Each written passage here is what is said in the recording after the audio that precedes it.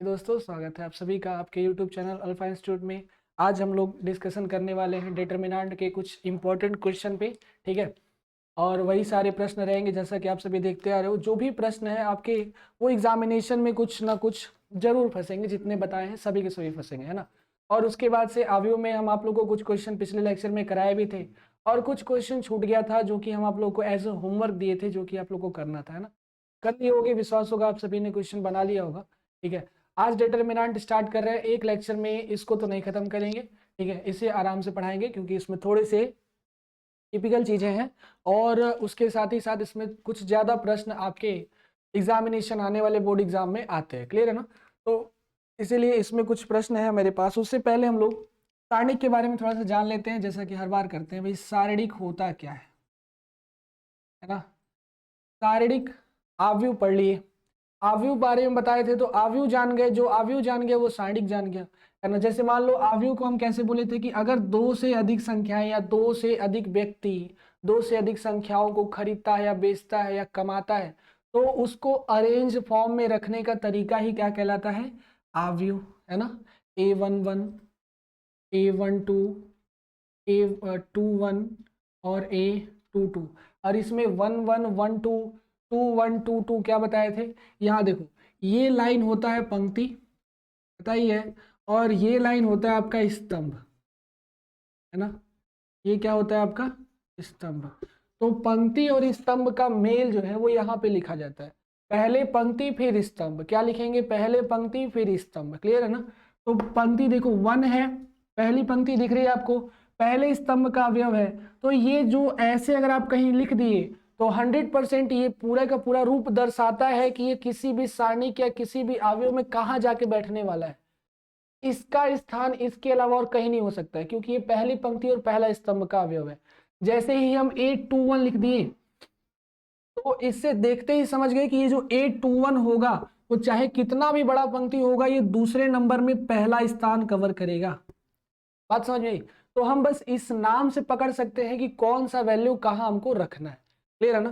तो अब सारणिक की बात करते हैं, तो इसी अवयव को ध्यान देना, जितने भी अवयव आप सभी पढ़े हैं मैट्रिक्स, उन सारे मैट्रिक्स को एक तरह से लिखने का ही, मैट्रिक्स को ही सॉल्व करना डिटरमिनेंट बन जाता है ना। मैट्रिक्स को ही क्या करना भी, सॉल्व करना डिटरमिनेंट बन जाता है। इसका मतलब कि कोई भी अगर आपको मैट्रिक्स दिया है उसका मान आपको निकालना है, संख्यात्मक मान। तो संख्यात्मक मान निकालने के लिए आपको उस अवयव का सारणिक निकालना पड़ेगा, समझे। जैसे मान लो कि यहाँ पर कोई भी अवयव दिया है, कोई अवयव, है ना। यहाँ क्या है भाई, कोई नहीं पता। क्लियर, कुछ भी रख सकता है, वो एग्जामिनर के ऊपर है और किताब के ऊपर, है ना। अगर इसका मान निकालना है कि इसकी वैल्यू कितना आएगी, तो सबसे पहले इसको बदलो किसमें, सारणिक में। और सारणिक में बदलने का रूप क्या है, बस ये हटा दो, देखो हट गया, बन गया सारणिक। क्लियर। तो अगर आपको ऐसे कहीं भी दिखता है तो ये है सारणिक। इसमें बस ओपन ओपन रहेगा, दोनों तरफ से क्लोज नहीं किया जाएगा, है ना। और इसमें सारे के सारे अवयव आपके उपस्थित रहेंगे। क्लियर। देखो ऐसे ये बन गया सारणिक, यही अवयव था, ये इसका सारणिक बन गया। क्लियर, ये डिटरमिनेंट हो गया, ये आपका मैट्रिक्स था। बातें समझ में आई। अच्छा, अब एक बात और जान लो कि मैट्रिक्स तो आपको कभी कभी ऐसा भी दिखता है, A11, A12, A13, A21, A22, A23, ये 6 अवयव अवयव है, ये है ना। ये क्या है अभी, अवयव है। तो अगर कहें कि इसका मान निकाल के बताओ, तो हम इसका मान कैसे निकालेंगे, नियम के हिसाब से तो अवयव को सारणिक में बदला जाता है। लेकिन अगर हमसे ऐसे अवयव का मान पूछा तो हम कहेंगे कि बाबू इसका सारणिक नहीं बन सकता। क्या बोलेंगे, ऐसे अवयव का सारणिक नहीं बन सकता। ऐसा अवयव मतलब कैसा अवयव, यहाँ देखो, इसमें 2 पंक्तियां तो हैं लेकिन स्तंभ 3 है। कितने स्तंभ है, 3 स्तंभ है। तो कभी भी आपको कोई मैट्रिक्स अगर 2x3 का, 3x2 का, 4x3 का, इट मीन्स कि अगर वो वर्ग अवयव नहीं है तो उसका सारणिक आप नहीं निकाल सकते। क्लियर है ना। किसी भी ऐसे अवयव का आप सारणिक नहीं निकाल सकते, है ना। सारणिक निकालने के लिए सभी के सभी अवयव किस में होने चाहिए, वर्ग में होने चाहिए, वर्ग अवयव होने चाहिए। या तो वो 2x2 का हो, क्लियर, या तो वो 3x3 का हो। इससे ऊपर आपको नहीं पूछेगा। बात समझ में।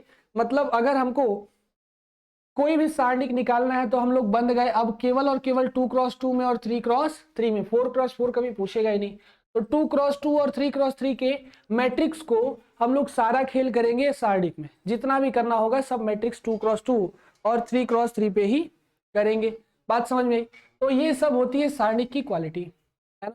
किसी भी आव्यूह का मान निकालता है। दूसरी क्वालिटी, आव्यूह हमेशा वर्ग आव्यूह होना चाहिए, है ना। ये सारी बातें याद रखनी है। अच्छा, अगर ऐसा भी हो सकता है देखो कुछ इसकी क्वालिटीज हैं, वो एक एक करके लिख ही लेते हैं। क्लियर? सारणिक के गुण धर्म थोड़ा सा जान लो बस, ऐसा पहले भी इसको पढ़ाए हैं। क्लियर? सारणिक के गुण धर्म क्या क्या है भाई सारणिक का गुण धर्म? तो इसमें पहला गुण धर्म आपको कहता है कि यह केवल और केवल तो वर्ग आव्यूह को ही बदलेगा। पता ही आपको पहला गुणधर्म क्या कहता है? केवल और केवल वर्ग आव्यूह को ही सारणिक में बदल सकते हैं, नहीं तो अगर वो वर्ग आव्यूह नहीं है तो सारणिक में नहीं बदल सकते। अच्छा, दूसरी क्वालिटी क्या होगी? दूसरी क्वालिटी देखना, अगर किसी भी सारणिक में, ठीक है, जैसे मान लो यहाँ पे A11 होता है, यहाँ A12, चलो 3x3 का लेते हैं, कोई भी अवयव हो सकता है, ये उसका स्टैंडर्ड फॉर्म है, लिखने का स्टैंडर्ड फॉर्म है AIJ का। ठीक है, अगर कहीं भी स्टैंडर्ड फॉर्म में लिखना हो तो सारणी को ऐसे ही लिखना, इसके अंदर अवयव उपस्थित रहते हैं, 2 3 4 5 6 ऐसे करके रखा जाता है। लेकिन अगर स्टैंडर्ड में लिखा जाए तो वो ऐसे लिखा जाता है A23, यहाँ हो गया आपका A31, A32, A33।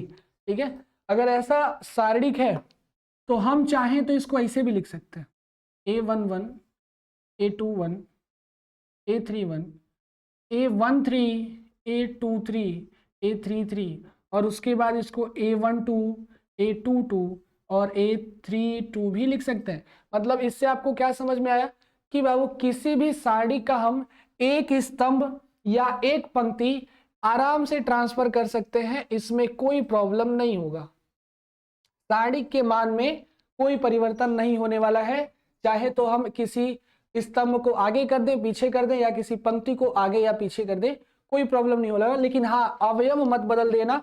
अगर हम इस पूरे को यहां से हटा के ऊपर करना चाहते हैं तो इसको हम लोग कर सकते हैं C2 इंटरचेंज बाई C1, इससे किसी भी सारणिक में कोई प्रभाव नहीं पड़ने वाला है। बातें क्लियर?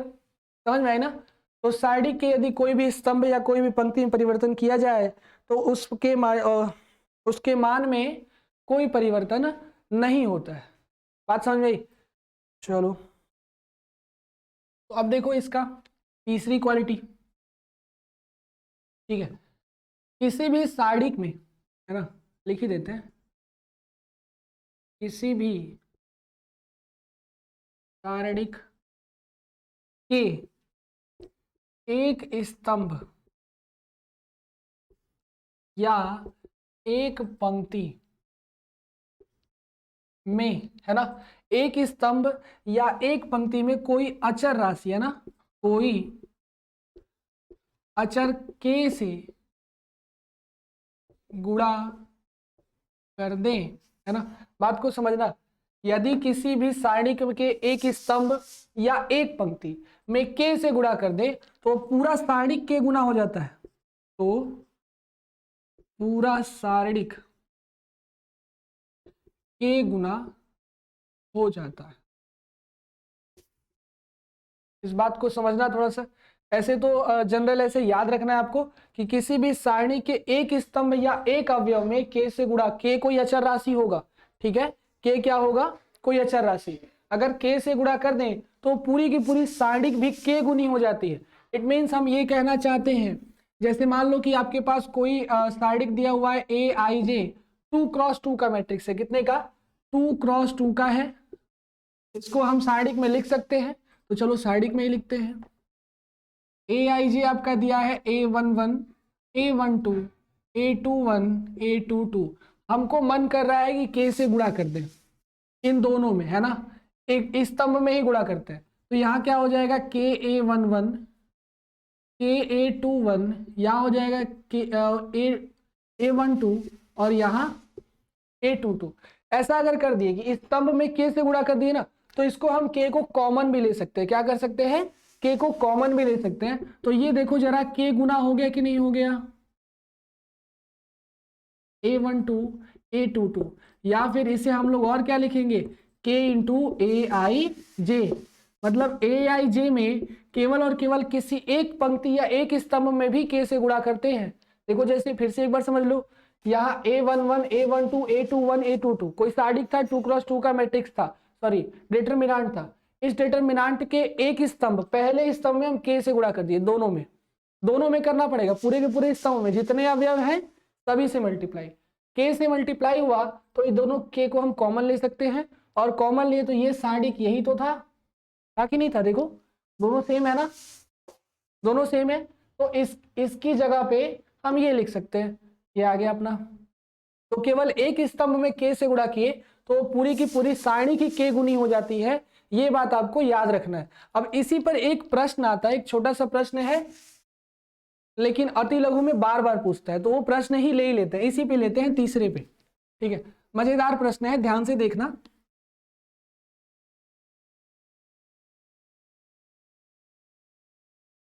जैसे कि बहुविकल्पीय है प्रश्न, और लगभग 3-4 सालों तक पूछा भी है। ठीक है, तभी बताते हैं। यदि एक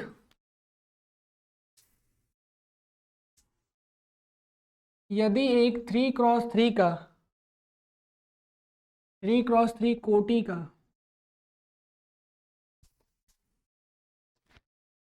का वर्ग आव्यूह है, ठीक है, वर्ग आव्यूह है, तो ध्यान से देखना, KA1 है ना, KA का है मान दिया हुआ है, KA का मान होगा, ये आपका क्या है? प्रश्न है। ऑप्शन ले लो और फटाफट बनाओ। पहला ऑप्शन है आपका k इंटू ए, दूसरा ऑप्शन आपका है k स्क्वायर इंटू मॉड ए, तीसरा प्रश्न आपका है, तीसरा प्रश्न क्या है भाई? k क्यूब इंटू मॉड ए, k क्यूब इंटू मॉड ए, और चौथा प्रश्न है आपका 3k इंटू मॉड ए। ये 4 ऑप्शन है, जल्दी से बताओ इसका कौन सा आंसर सही होगा। ठीक है, बस इसी पे है, ये जो तीसरी प्रॉपर्टी हम लोग पढ़े ना, इसी पे ये प्रश्न है, ध्यान से देखोगे तो बन जाएगा, है ना। जैसे देखो यहाँ पे हल करते हैं, ठीक है, ए की वैल्यू दी है ना, ए की वैल्यू आपका कुछ भी ए ले लो, हाँ, लेकिन 3x3 का होना चाहिए, जो भी ए लोगे वो 3x3 का होना चाहिए। एक सिंपल वे में लेते हैं यहाँ पे A1 A2 A3, वैसे भी ले सकते हैं, उस तरह से इसकी पूरी स्थिति बताती है। अगर A11 लिख दे तो ये केवल और केवल अवयव ही नहीं, उसकी स्थिति भी बताती है, तो ये ज्यादा परफेक्ट होता है। लेकिन ऐसे भी लेके चल सकते हैं, यहाँ B1 B2 B3 C1 C2 C3, ये अपना हो गया A। लेकिन ये A किस में आया है आपका? ध्यान देना, 3x3 का मैट्रिक्स है। अब इस मैट्रिक्स को हम लोग, इस मैट्रिक्स को पहले k से गुणा करेंगे, है ना, क्योंकि मॉड लगाया है कब? मॉड लगाया है k से गुणा करने के बाद, तो हम भी पहले इसमें k से गुणा करेंगे तभी मॉड लगाएंगे, है ना। तो अब अगर हम आव्यूह की क्वालिटी कैसी होती है भाई, अगर k से गुणा कर दिए तो इस सबके साथ गुणा हो जाता है, अंदर जितने भी अवयव है ना सबके साथ मल्टीप्लाई हो जाता है। तो यहाँ क्या हो जाएगा? KA1 KA2 KA3, है ना। आगे बढ़ेंगे तो यहाँ हो जाएगा KB1 KB2 KB3, और इसमें भी k से मल्टीप्लाई हो जाएगा KC1 KC2 और KC3। ये बन गया अपना मैट्रिक्स। क्या हमें मैट्रिक्स चाहिए क्या? अब इसका डिटरमिनेंट चाहिए ना, मतलब k लगाने के बाद तब मॉड लगाते हैं। अब लगा दो मॉड, है ना, यहाँ पे मॉड लगा दो, इसके लेफ्ट हैंड साइड में मॉड, यहाँ लग गया मॉड k, तो इधर भी मॉड हो जाएगा, कुछ बदलने वाला नहीं है, बस ये और ये ब्रैकेट जो बड़ा वाला था वो हट के एकदम सीधे खड़ी पाई हो जाएगी। यहाँ अपना हो जाएगा KA1 KA2 KA3 KB1 KB2 KB3 और KC1 KC2 और KC3। क्लियर? ये तीन आपके क्या बन गए? सारणिक। अच्छा, सारणिक की क्वालिटी होती है कि उसमें केवल एक स्तंभ में यदि केवल एक अचर से गुणा होता है तो उसको बाहर कर लेता है ना। ये क्वालिटी अभी लगाने चाह रहे हैं। एक स्तंभ में k से मल्टीप्लाई हुआ है, बाहर कर लेगा, है ना। देखो एक के बाहर, है ना। अभी देखो दूसरे स्तंभ में भी k से मल्टीप्लाई हुआ है। स्तंभ क्या हम पंक्ति भी ले सकते हैं। यहां देखो एक पहले पंक्ति में k से मल्टीप्लाई हुआ है ना, लेकिन रहने दो, कंफ्यूजन होगा। हम बस स्तंभ की बात करते हैं। पहले स्तंभ में k से मल्टीप्लाई था, बाहर कर लिए। दूसरे में भी k से मल्टीप्लाई था, बाहर कर लिए। तीसरे में भी k से मल्टीप्लाई था, इसको भी बाहर करना पड़ेगा। अब मेरे पास अंदर जो बचा है वो है अपना A1 A2 A3 B1 B2 B3 C1 C2 C3, दिख रहा है ना। चलो ये बातें समझ में आई। तो बताओ ये अब कौन सा अवयव होगा, बता सकते हो कौन सा आंसर सही है? ये अपना मॉड ए है ना। ये मॉड ए है। बाहर कितने के मिले? 3 के। मतलब ये अपना हो जाएगा k³ इंटू, या फिर बोल सकते हैं a, क्योंकि ये a ही है। जो हम a माने थे वही a है मॉड में। ऑप्शन नंबर सही हो गया अपना कौन सा? ये वाला, तीसरा। बातें समझ में आई? तो प्रॉपर्टी लगा कि नहीं लगा? इसीलिए आपको सारणिक बनाने के लिए इसमें जितने भी प्रॉपर्टी उसे याद रखने पड़ेंगे, तभी जाके सारणिक के जो भी प्रश्न होगा वो आगे बनेगा। समझ में आई बात? चलो फटाक से इसे नोट कर लो, प्रॉपर्टी का काम ये देगा। ठीक है, जल्दी से इसे नोट करो।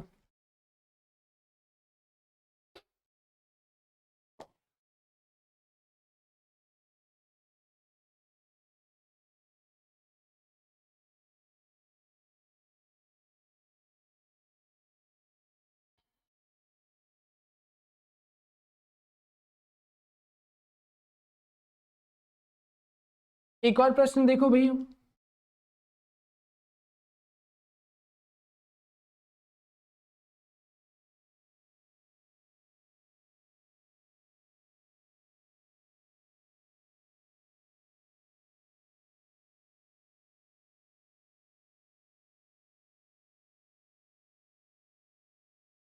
एक सिंपल सा आपका क्वेश्चन है, यदि डिटरमिनेंट में है x2 18 और x बराबर 6 2 और क्या आ गया 18 है ना, ये है तो x बताना है, तो x का मान। अच्छा, इसे बनाने के लिए हमें एक चीज और जाननी पड़ेगी सारणिक के बारे में। जो स्टार्टिंग प्रॉपर्टी है, प्रॉपर्टी क्या कह सकते हैं कि सारणिक वही चलता ही है, क्या? सारणिक का प्रसार, है ना। ये बात याद रखना, सारणिक का प्रसार, प्रसार करने से ही आंसर आएगा। और इसमें बहुत सारे प्रश्न आप सभी बनाए होंगे जिसमें साफ साफ लिखा होगा कि बिना प्रसार किए सारणिक का मान ज्ञात कीजिए, ऐसे देखे होंगे। या फिर कहीं कहीं ऐसा प्रश्न दिखता है कि प्रसार करके सारणिक का मान ज्ञात कीजिए। तो ये जो है ना प्रसार करना, ये एग्जैक्ट फॉर्मूला बनाता है ना। तो दुनिया का कोई भी सारणिक हम इससे सॉल्व कर सकते हैं, उसका मान थोड़ा सा बड़ा होगा लेकिन निकाल सकते हैं। लेकिन बिना प्रसार किए करेंगे तो थोड़ा सा टेक्निकल माइंड लगेगा, लेकिन आंसर आता है ना। तो वही बात यहाँ पे करनी है, बिना प्रसार किए तो कभी सारणिक का मान नहीं आ सकता, थोड़ा सा टेक्निकल माइंड लगाना है, आ जाएगा आंसर। तो सारणिक का प्रसार कैसे होता है भाई? जैसे मान लो कि आपके पास 2x2 ऑर्डर का, ऑर्डर यानी कोटि का, है ना, कोटि का आव्यूह है, और वो आव्यूह आपको ऐसे दे दिया। ठीक है, इसमें 2x2 का है, A1 A2 ले लो, यहाँ B1 B2 ले लो, कुछ भी अंदर ले सकते हैं, ये चर राशि है। तो अगर इसका प्रसार करना है, प्रसार, तो सबसे पहले तो ये चेक करना है कि क्या ये वर्ग आव्यूह है, तो ये वर्ग आव्यूह है। ठीक है, 2x2। दूसरी बात, प्रसार करने के लिए इसको एक खड़ी पाई के अंदर बंद होना चाहिए, A1 B1 A2 B2, खड़ी पाई के अंदर बंद हो गया। अब तीसरा काम ये आपको करना है कि क्रॉस मल्टीप्लाई करो इसका इसमें और इसका, ठीक है। क्या करेंगे भाई, इसका इसमें क्रॉस मल्टीप्लाई, साइड की बात कर रहे हैं, और यहां से मॉड हट जाएगा, अब ब्रैकेट आएगा, मॉड कभी मत लगाना, A1 का B2 में मल्टीप्लाई करो, नियम है, और माइनस लगा के A2 का B1 में मल्टीप्लाई करो। अब तो ये मान देगा ही देगा। जैसे मान लो कि यहाँ पे आपका 2 3 4 5 कुछ भी था, है ना, 2x2 का मैट्रिक्स, सॉरी डिटरमिनेंट था, हमें इसको प्रसार करना है। तो प्रसार करने के लिए ये देखो एकदम तीर के निशान, तिरछा जाना, ये इससे मल्टीप्लाई करेगा 2 × 5 माइनस ये इससे मल्टीप्लाई करेगा 4 × 3, कितना वैल्यू आ गया, 5 दूना 10, 4 3 12, -2 आंसर। माइनस में भी आ सकता है, प्लस में भी आ सकता है, ऐसा मत सोचना कि मॉड यहाँ है तो इसे भी मॉड लगा के प्लस कर दे, नहीं, माइनस में है तो माइनस रहेगा। क्लियर, मॉड वहीं हट जाता है जहां इसका प्रसार होता है। बातें समझ में आई?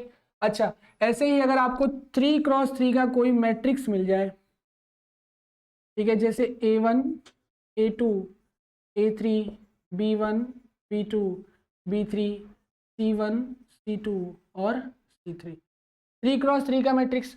सबसे पहली बात, ये वर्ग आव्यूह है कि नहीं है, तो क्या इसका साइडिक बना सकते हैं? बिल्कुल बना सकते हैं ना। A1 A2 A3 B1 B2 B3 C1 C2 बन गया। अब करना है प्रसार। तो अब देखना, एक बात इसका स्टैंडर्ड फॉर्म बता दे रहे हैं, वो याद रखना। अगर हम इसको ऐसे लिख दे तब भी कोई दिक्कत नहीं है, A11 है ना, उससे ऐसे लिखते चलो। इस बार हम थोड़ा सा बदलाव कर रहे हैं, इसको जो है स्थिति भी दे दे रहे हैं, स्थिति भी क्या करते हैं, दे ही देते हैं। तो उससे आपको एक चीज है जो जनरली नहीं बताई जाती है, वो पता चल जाएगा।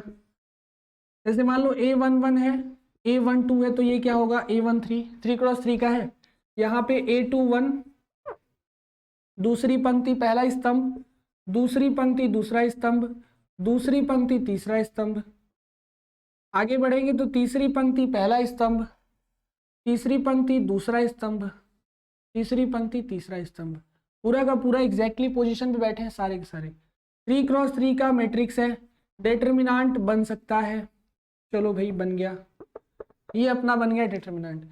अब देखो, इसको जब भी प्रसार करना होगा तो ऐसा मत करना कि सब आपस में प्रसार कर लें, किसी एक के अनुदिश प्रसार करना, किसी एक, चाहे तो वो इसके अनुदिश कर सकते हैं, ये अपना C1 है, ये अपना सॉरी ये R1 है, रो है, ठीक है, पंक्ति है, पंक्ति को इंग्लिश में रो कहते हैं इसलिए R लेंगे, ये अपना क्या है R2 है, और ये अपना क्या है R3 है, ठीक है।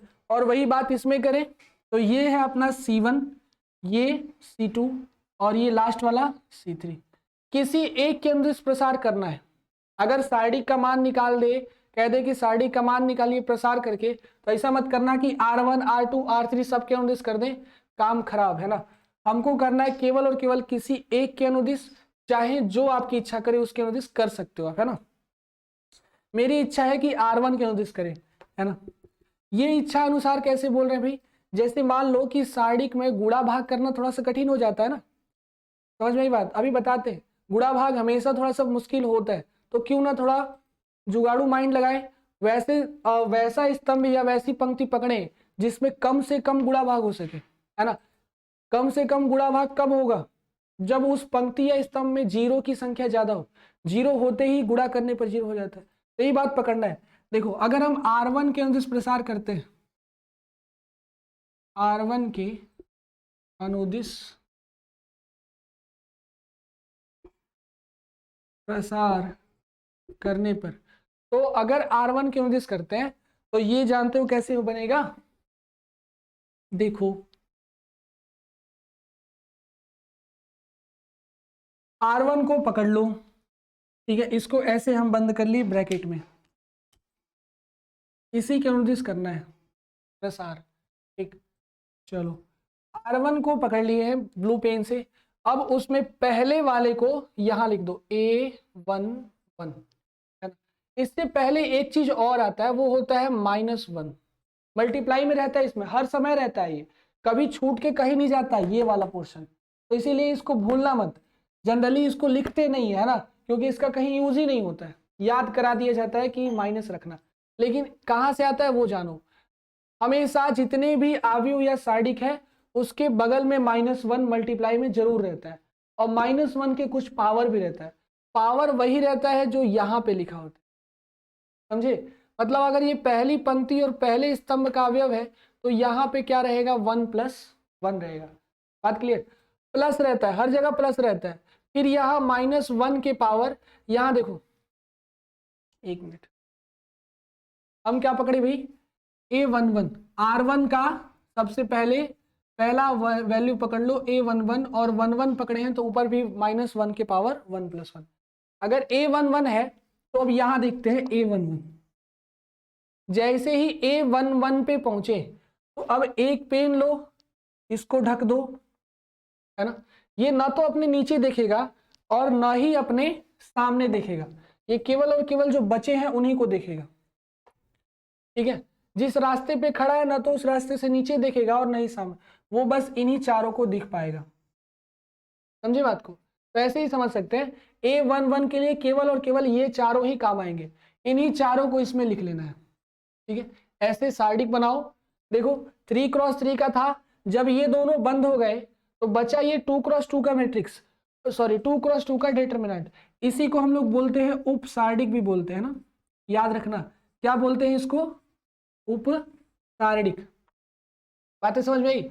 ये चार अवयव जो बचे हैं इन्हीं को उससे मल्टीप्लाई में लिखना है, जैसे बचे हैं वैसे ही लिखना है, ठीक है? A22 बचा है, यहां पे लिख दो। A23 बचा है, यहां पे लिख दो। A32 बचा है, यहां पे लिख दो, और A33 बचा है वो यहां पे। समझे बात को? ये बात क्लियर? अच्छा, अगले पोजीशन पे आते हैं। ये अपना हो गया पहला R1 का पहला प्रसार। तीनों के साथ ऐसे ही खेला करना है, पहले के साथ कर लिया, अब दूसरे के साथ। फिर यहाँ प्लस लगाओ, और जैसा नियम है यहाँ -1 लिखो, ठीक है? और ऊपर पावर में देखो क्या लिखना है, वो ये बताता है आप कौन से पोजीशन पे बैठे हो, 1+2 पे। तो यहाँ कर लो 1+2 और मल्टीप्लाई में रखो A12, ठीक है? क्या रखेंगे, A12। और अब जब A12 पे आएंगे तो इस समय ये फिर अपने नीचे नहीं देखेगा और आमने सामने भी नहीं देखेगा, बचेगा जो वही चारों को देखेगा, एक ये वाला, एक ये वाला, एक ये वाला और एक ये वाला। इन्हीं चारों को अपने अंदर समाहित कर लेगा ऐसे। भाई A21, इधर बचा A23, इधर बचा A31, और यहाँ पे क्या बचा है, A33, ठीक है? बातें समझ में आई? अब इस R1 में लास्ट यही वैल्यू बचा है जिसके साथ भी प्रसार करना पड़ेगा। फिर प्लस लगाओ, -1 के साथ जिस पोजीशन पे बैठा है उसी पोजीशन को जोड़ दो, ठीक है? और इसको लिख दो, है ना? बातें समझ में आई? थोड़ा सा एग्जैक्टली फॉर्मूला तैयार हो रहा है स्टैंडर्ड। A13 पे है तो फिर इसको ढकेंगे, इसको ढकेंगे, अब बचेगा ये चारों, तो इनको लिखेंगे A21, A31, यहाँ A22 और यहाँ पे A3। क्लियर? अब आप सभी प्रसार कर सकते हो। 2x2 का प्रसार करना हम सिखाए हैं, और ये -1 का खेला देखो, अब ये सब खत्म हो जाएगा, लिख लिए, लेकिन अगले स्टेप में खत्म, क्योंकि -1 के पावर 1+1 है। 1+1 कितना होता है, 2, और -1 के पावर 2 करोगे तो वो कितना हो जाएगा, +1। इसीलिए इसका अस्तित्व समाप्त हो जाता है, और हम कभी कभी लिखते भी नहीं है इसको, ठीक है? A22, A23, A32, A33। अगले पोजीशन पे आओ, यहाँ -1 के पावर 1+2 है, 1+2 का मतलब हो गया 3, है ना?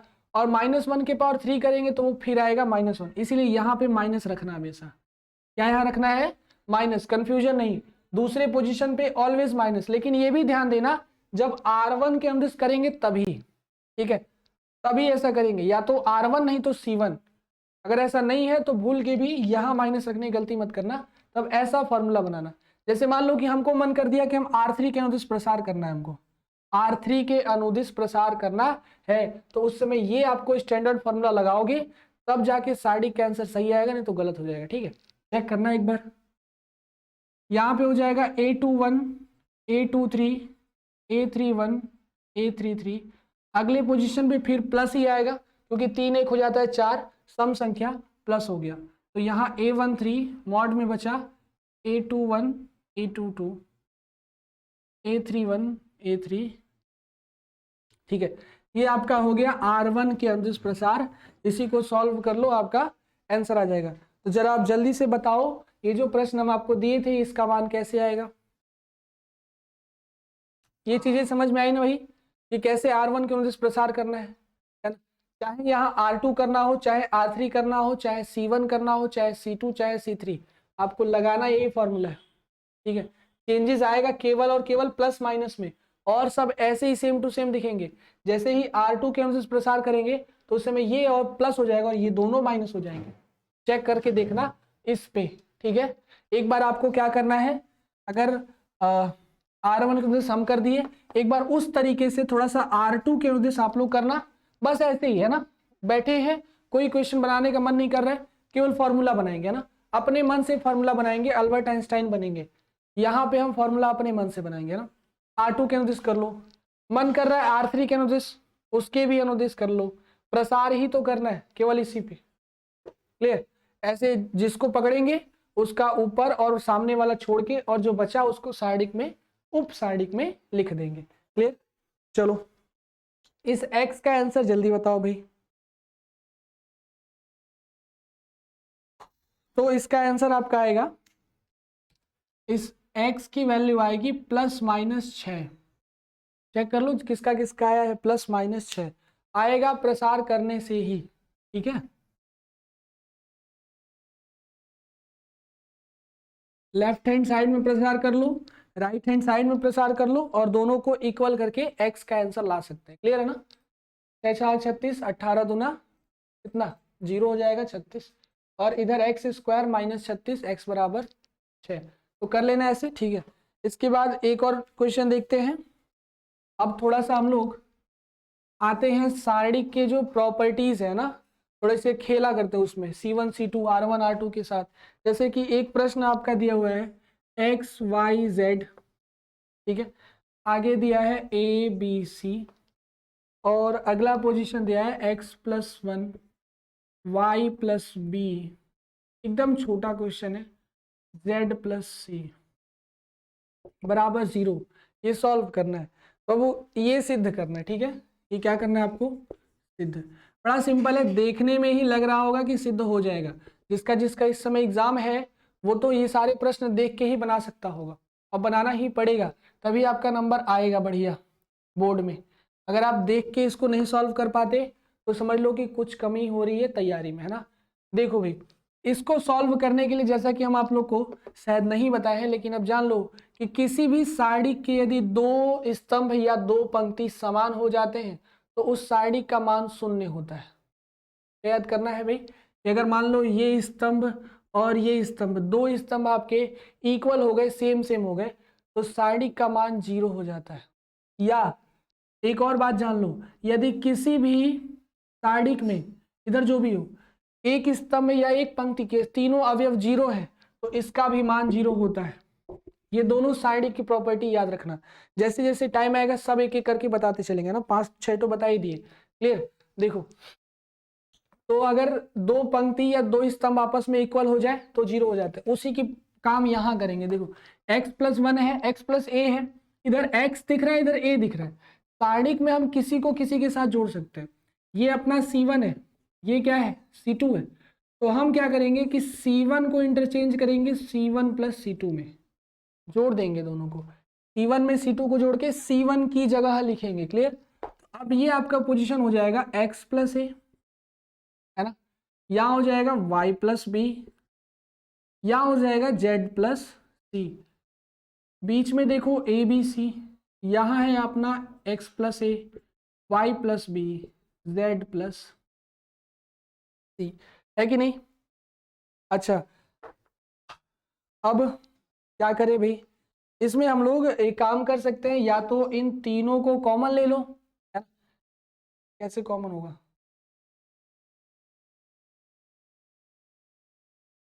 अगर हम इन ऐसे देखने में तो सेम लग रहा है लेकिन कॉमन नहीं निकाल सकते, तो एक और तरीके से कर सकते हैं सॉल्व। बहुत सारे यूजेस है ना। ऐसे देखो, अगर मान लो कि हम कुछ ऐसा खेल कर दें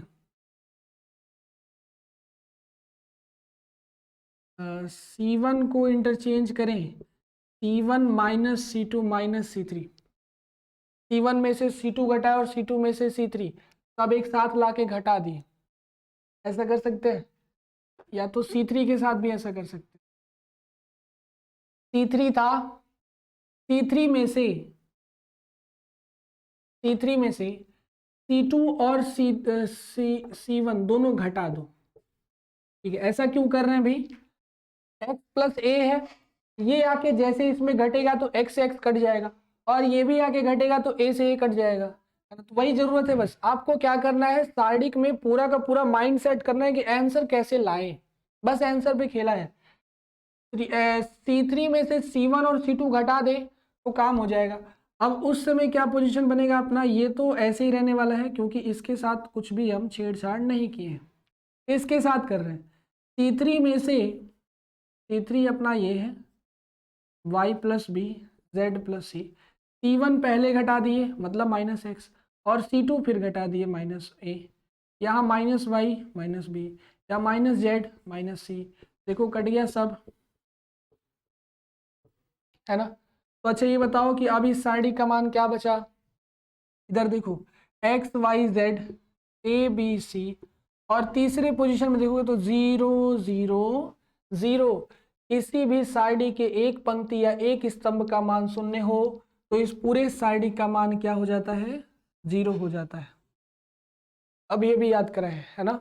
चलो बातें क्लियर। एक और क्वेश्चन ले, ठीक है, सारणी के बहुत सारे क्वेश्चन है, जितने कहोगे उतने बताए जाएंगे, है ना? एक और प्रश्न लेते हैं, फटाफट जल्दी जल्दी करो, अगर समझ में आ रहा है तो कोई दिक्कत नहीं है, फटाफट करते चलो।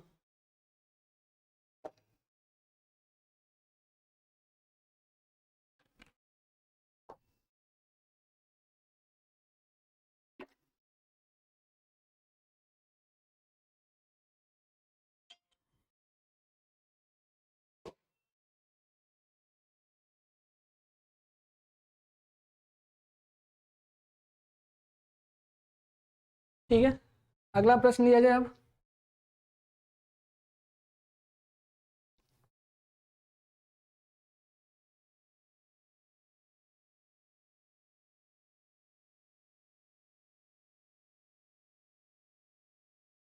एक और प्रश्न है जो 2019 में आपके एग्जाम में पूछा गया था, दो प्रश्न लिखते हैं, एक हम बनाते हैं एक आप लोग बनाना, ठीक है? लिखा है भाई ए प्लस बी, और नीचे दिया है आपका बी, उसके बाद है सी बी, नेक्स्ट है आपका बी प्लस सी, ठीक है, नेक्स्ट है ए प्लस सी, ए और सी, क्लियर? बराबर आपका दिया है 4ab। एक और प्रश्न ले लो अभी, ठीक है? ये देखो बहुत ज़्यादा एग्जाम में मोस्ट वांटेड क्वेश्चन है, अगर आपको पता होगा एक बार भी अगर आप बनाए होगे तो एग्जाम में बिना समय गवाए से बना सकते हो। आगे दिया है ओमेगा स्क्वायर 1 और ओमेगा, ये ओमेगा का खेल जो है ना कई बार प्रश्न देता है। एक और ले लो, जितना हम बता सकते बताएंगे, और जितना नहीं बताएंगे उतना आपको करना पड़ेगा, क्लियर? कर लोगे ना भाई? एक एनसीईआरटी का प्रश्न लेते हैं, ठीक है, जो आपके एग्जाम में आ सकता है, एनसीईआरटी का प्रश्न है, ठीक है? ये लिखा है आपका, बिना प्रसार किए, बिना प्रसार किए सिद्ध कीजिए, सिद्ध कीजिए कि, दिया है a square b c, b b square ये सी ए, और नेक्स्ट है आपका c c square b, equal to proof करना है हमको 1 1 1, और नेक्स्ट है अपना ए square B square C square ए क्यूब बी क्यूब।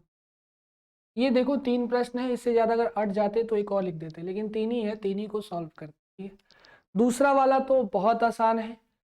दूसरे वाले प्रश्न में बाबू एकदम आंख बंद करना है और जैसे इच्छा करे वैसे तीनों पंक्ति या तीनों स्तंभों को जोड़ देना है। दूसरे वाले में क्या करना है, पहला स्टेप अपना ये होगा, अगर C1 के साथ खेला करना चाहते हो या फिर हम करते हैं R1 के साथ, ठीक है।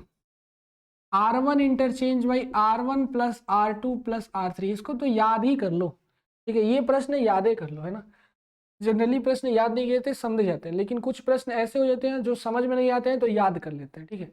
एग्जाम में अगर आने ही वाले, जैसे क्या होता है मैथमेटिक्स में सब सिखाता है कि भाई क्वेश्चन को समझो समझो समझो, समझ में आ ही नहीं रहा है ना।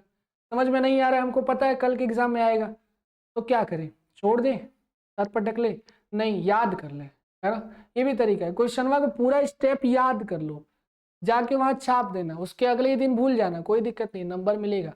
आगे देखो, R1 interchange by R1 plus R2 plus R3, इसी यही काम इसमें करना है।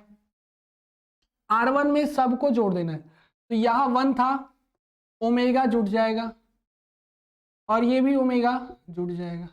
R1 के साथ कर रहे हैं, मतलब सॉरी R1 के साथ कर रहे हैं ना, गड़बड़ हो गया, गड़बड़ नहीं हुआ, ठीक है, लेकिन समझाने में गड़बड़ हो गया। R1 जुट रहा है, ये R1 है, ये R2 है और ये अपना क्या है, R3 है। तो अगर R1 plus R2 plus R3 करते हैं तो ये जुटेगा, R1 में R2 R3, ये है ना R2 R3। अच्छा, R1 का नेक्स्ट पोजीशन यहाँ पे है, जो है अपना omega plus omega square plus 1, है ना, omega plus omega square plus 1, ठीक है। नेक्स्ट अपना पोजीशन R3 का यहाँ पे है, ये होगा omega square plus 1 plus omega, है कि नहीं, समझ में आई बात। R1 plus R2 plus R3, ये तीनों अपना क्या कर दिए, जोड़ दिए, और नीचे जो है वैसे ही लिख दो, ओमेगा ओमेगा स्क्वायर 1, आगे अपना ओमेगा स्क्वायर 1 ओमेगा। अच्छा, एक बात याद रखना आपको, सम्मिश्र संख्या में भी 11th में पढ़े होंगे कि अगर कहीं भी ओमेगा का खेला ऐसे दिखता है 1 प्लस ओमेगा स्क्वायर, तो इसकी वैल्यू 0 हो जाती है, ठीक है। तो अगर जैसे ये 0 हुआ तो जहां जहां आपको दिख रहा है सब 0 कर लो, यहाँ तीनों जगह 0, यहाँ omega omega square 1 omega square 1 omega. किसी भी सारणी के एक पंक्ति या एक स्तंभ का मान 0 हो तो हम कह सकते हैं R1 बराबर 0 है, अतः सारणी का मान क्या होगा, 0 के बराबर, सारणी का मान 0 बराबर 0 कर सकते हैं। समझ में आई बात, चलो फटाक से नोट कर लो। अब आते हैं पहले प्रश्न पे कि कैसे 4ABC आएगा, ठीक है। इसके बहुत अच्छे अच्छे प्रश्न हैं, ये तो हम लगभग 2-2 नंबर के प्रश्न ले रहे हैं अभी, ठीक है, 2-2 नंबर के ही प्रश्न ले रहे हैं अभी। 5 नंबर और 8 नंबर में से भी इसमें से आता है प्रश्न, आ जाता है ना, पूछ दिया जाता है, तो इसलिए उसको लेंगे हम कल। आज केवल 1 नंबर और 2 नंबर के प्रश्न कराएंगे। सारणी के ही 5 नंबर और 8 नंबर, मतलब दीर्घ उत्तरीय प्रश्न, मान लो दोनों दीर्घ उत्तरीय प्रश्न हम कल कराएंगे, ठीक है। जितने भी करा सकते हैं करा देंगे। अब देखो इस क्वेश्चन को बनाते हैं, पहले ही नोट हो गया होगा आप सभी का ना, चलो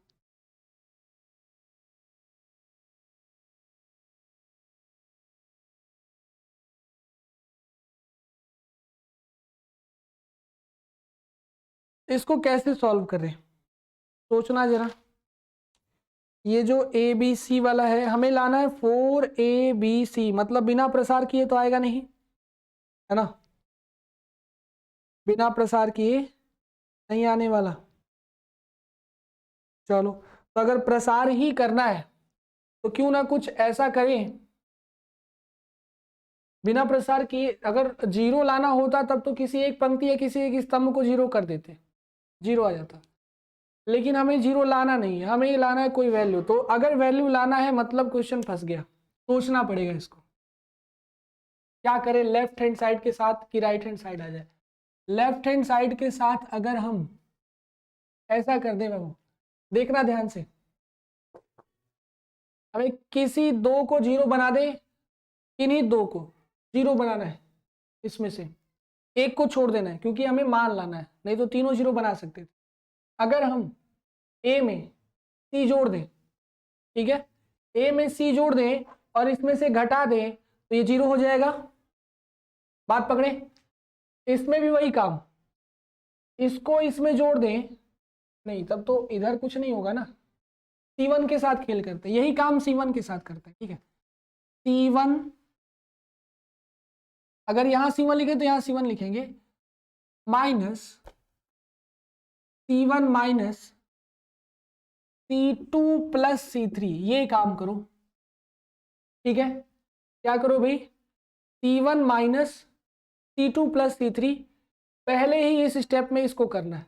अच्छा, करने के बाद अब साइडिंग में क्या बचता है वो देखते हैं। C1 में C2 प्लस C3 करके घटा दिए, यहाँ C1 था A, है ना, A था, A में घटा रहे हैं हम C plus A plus C, यही घटा रहे हैं ना, ध्यान से देखो, C plus A plus C यही घटा रहे हैं, मतलब ये अपना हो गया A minus 2C plus minus A, ये माइनस अंदर जाएगा, माइनस से माइनस कट गया, क्या बचा, माइनस 2C।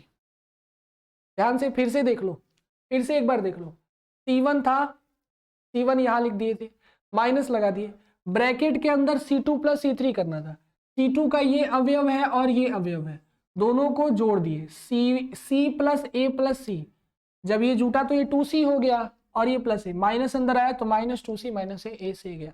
वही काम इसमें भी कर सकते क्योंकि C1 है तो यही तो है, तीनों में एक ही काम होगा। A प्लस B है, इन दोनों को जोड़ के इसमें से घटा देना है, तब तो ये जीरो हो जाएगा। देखो A प्लस B है माइनस A प्लस B है, ठीक है ना, यह आएगा अपना A plus B minus A minus B, cut गया, ये जीरो हो गया। नेक्स्ट पोजीशन की बात करते हैं, यहाँ पे B है, B में घटाना है और इन दोनों को जोड़ना है, मतलब B प्लस C हो गया। अच्छा, मतलब ये क्या हो जाएगा भाई, B माइनस 2C होगा ना, B माइनस 2C, B से B गया, माइनस 2C बच गया। देखो हो गया काम, जो इधर बचा उसको ऐसे लिख दो, C B plus C, A plus C A, और ठीक है, ये सब आपको रफ कार्य करना है, कहीं भी सामने दिखना नहीं चाहिए, ठीक है, इसको रफ में करना है। बोर्ड की कॉपी में कभी भी रफ जहां ये सॉल्व करना उसके बगल में मत बनाना, लास्ट में एक पेज पर जरूर बनाना, है ना, सामने बगल में बना लोगे तो काम खराब कर देता है। अगर बनाना भी है तो ऐसे किनारे खींचना और वहां जो भी रफ करना है करने के बाद उसे ऐसे काट देना जरूर, ठीक है, जरूर काट देना, ये बहुत ज्यादा जरूरी होता है, रफ कार्य कटा होना चाहिए। अब देखो अब क्या करें भाई, अब नेक्स्ट काम क्या करना है, इन दोनों में से 2C कॉमन ले सकते हैं क्या, 2C कॉमन ले सकते हैं ना, यहां भी ले सकते हैं, जीरो है तो कोई प्रभाव नहीं पड़ने वाला है, तो माइनस 2C अपना हो गया कॉमन, बचा है 1 0 1 C B plus C A plus C A और C। अभी भी काम बना नहीं है ना, काम अभी भी नहीं बना है, 2 ठो बचा है। अगर प्रसार करते भी हैं तो ये दोनों के सापेक्ष करना पड़ेगा। वैसे तो हमें पता चल गया कि हम C1 के अनुसार प्रसार करें तो गुणा भाग आसान होगा, लेकिन अगर 2 को 1 है तो वो भी गुणा भाग बचेगा कि नहीं बचेगा, 2 ठो को 0 बनाओ, इसको भी घटा दो, मतलब अब क्या करो, C3 को घटा दो, C3 माइनस C1 0 हो गया, ठीक है। अब ये अपना पोजीशन बन जाएगा क्या, C3 माइनस C1 की 0 0, देखो ये घट गया, ये आके इसमें से घट जाएगा, ऊपर वाले दोनों तो ऐसे ही रहेंगे, ये आके चुपचाप जब ऐसे घटेगा तो ये क्या बनाएगा, C से C कैंसिल, B बच गया, क्लियर। अच्छा नेक्स्ट पोजीशन देखते हैं, ये A प्लस C आके इसमें से घटेगा, मतलब C minus A minus C, C से C गया, माइनस A बचा यहाँ पे ना, माइनस A प्लस C, ठीक है। तो अब क्या करते हैं भाई, चलो अब इसके बाद क्या करेंगे, अब बचा केवल यही 1, अगर हम इस C1 के इस प्रसार भी कर दें तो ये दोनों 0 है, गुणा करेंगे तो 0 बना देंगे, तो बचेगा कुछ नहीं, केवल और केवल इसी के साथ बचेगा जो प्रसार करना। फिर से समझो बात को कि अगर हम C1 के अंदर प्रसार करते भी हैं तो ये 1 है, देखो ये -2c ऐसे ही रहेगा, ठीक है। अंदर देखते हैं, यहां लिखना C1 के अनुदिश प्रसार करने पर, ठीक। तो यहां देखो 1 है, नियम के हिसाब से 1 बचा, और ये 1 क्या करता है, अपने सामने और अपने नीचे नहीं दिखेगा, जो बचेगा उन्हीं को दिखेगा। तो ये मॉड में अपना हो गया b -a। नियम अब क्या कहता है कि हम इसको भी लेंगे गुणा में, तो यहाँ प्लस हो चाहे माइनस हो, अगर ये 0 गुणा में है तो अंदर कुछ होगा, है ना, कुछ होगा। 0 से मल्टीप्लाई होते ही स्वाहा, खत्म।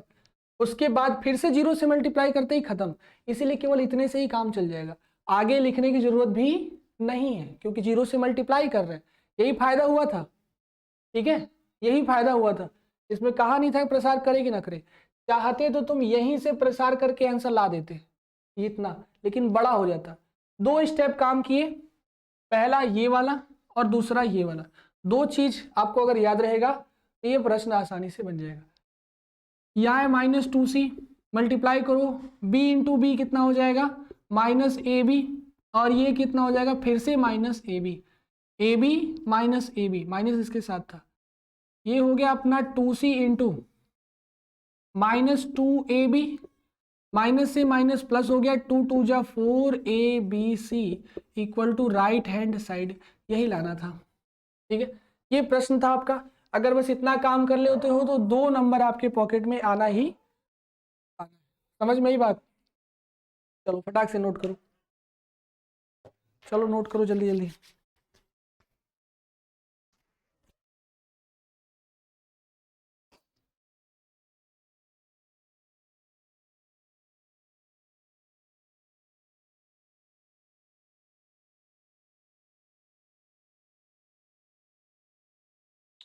अब बचा ये तीसरा प्रश्न,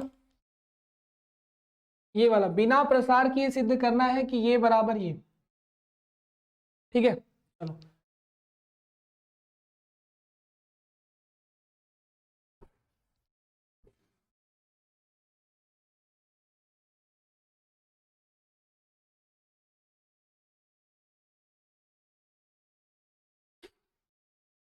इसको कैसे सॉल्व करेंगे, तो सबसे पहले यहां देखेंगे, यहां देखेंगे, फिर यहां देखेंगे, फिर यहां देखेंगे।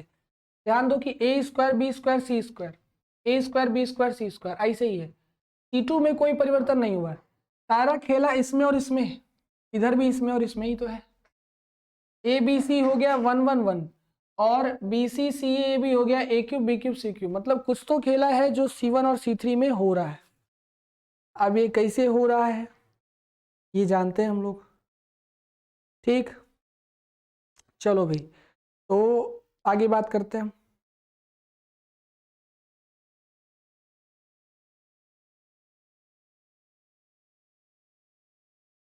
सबसे पहला काम, कुछ ऐसा करें, कुछ ऐसा करते हैं, ए से बी से और सी से गुणा कर देते हैं तीनों में, ठीक है। इसके लेफ्ट हैंड साइड में क्या करो, ये जो अपना लेफ्ट हैंड साइड है a square b c, b b square c a और सी स्क्वायर ए बी, ये लेफ्ट हैंड साइड में इस R1 में a से गुणा कर दूं। तो अगर गुणा कर रहे हैं तो बाहरी चीज है, और मैथमेटिक्स में कोई भी चीज बाहर से हम ला नहीं सकते, नियम कहता है कि मैथमेटिक्स में कोई भी चीज आप बाहर से नहीं ला सकते, कोई वो नहीं है ना, नियम कानून नहीं है। अगर a इसमें मल्टीप्लाई करना है तो बाहर a डिवाइड करना होगा, आ गया। इसमें b मल्टीप्लाई करना है तो b बाहर डिवाइड करना होगा, इसमें c मल्टीप्लाई करना है तो b c बाहर डिवाइड करना होगा। अगर मल्टीप्लाई हुआ तो ये हो गया अपना a स्क्वायर, यहाँ हो गया a क्यूब, और यहाँ हो गया a b और c। आगे देखो, ये हो गया b square b cube a b और c, यहाँ भी c square c cube a b और, देखो इससे क्या फायदा हुआ, दिखा कि नहीं दिखा। अब सभी को इसमें बड़ा अच्छे से फायदा समझ में आ रहा होगा, ठीक है। तो इसमें फायदा क्या है अपना, देखो ए बी सी तीनों में कॉमन, बाहर ले लिया जाए तो 1/ABC था ही, ABC बाहर आ गया, अंदर क्या बचा भाई, A² A³ 1, यहाँ बचा B² B³ 1, यहाँ बचा C² C³। ABC से ABC गया, जैसा हमको चाहिए था लगभग सेम टू सेम मिल गया, बस थोड़ी सी क्या करना पड़ेगा, देख लो 1 1 1, यहाँ 1 1 1 है, A² B² C², यहाँ A² B² C², और ये यहाँ, मतलब कि हमें कुछ भी करके, कुछ भी क्या नियम कहता है कि हम किसी भी सारणी के एक स्तंभ में एक पंक्ति को कहीं भी रख सकते हैं, कहीं भी ट्रांसफर कर सकते हैं, कोई प्रॉब्लम नहीं है ना। मतलब हम ट्रांसफर करेंगे C1 को कहाँ ट्रांसफर कर दें, C2 पे, जैसा राइट हैंड साइड चाहिए वैसा ही C2 पे ये है, C1 पे ना होके C2 पे, और अगर C2 पे गया और अगर C2 को C3 पे ट्रांसफर कर दें, काम हो गया, C3 अपने आप C1 पे चलाएगा, और C3 को C1 पे ट्रांसफर, तीनों हो गए ट्रांसफर। ये आ गया इस पे 1 1 1, ये C1 चला गया C2 पे A² B² C², और C2 चला गया C3 पे A³ B³ बिल इक्वल टू राइट हैंड, यही लाना था, 3 स्टेप में काम खत्म। ठीक है, बस थोड़ी सी सोच बढ़ाना है। तो सारणी क्या करता है, सोच को ही डेवलप करता है, इसको माइंड को डेवलप करता है, कैसे आंसर लाना है। ठीक है, चलो तो इतने प्रश्न आज रहने देते हैं। अब जो है कल भी सारणी, मतलब अगले भी लेक्चर में सारणी पढ़ाएंगे, और उसमें जो भी इसके बचे हुए प्रश्न हैं उसको खत्म कर देंगे। ठीक है, तो चलो फिर मिलते हैं अब अगले लेक्चर में। Thank you.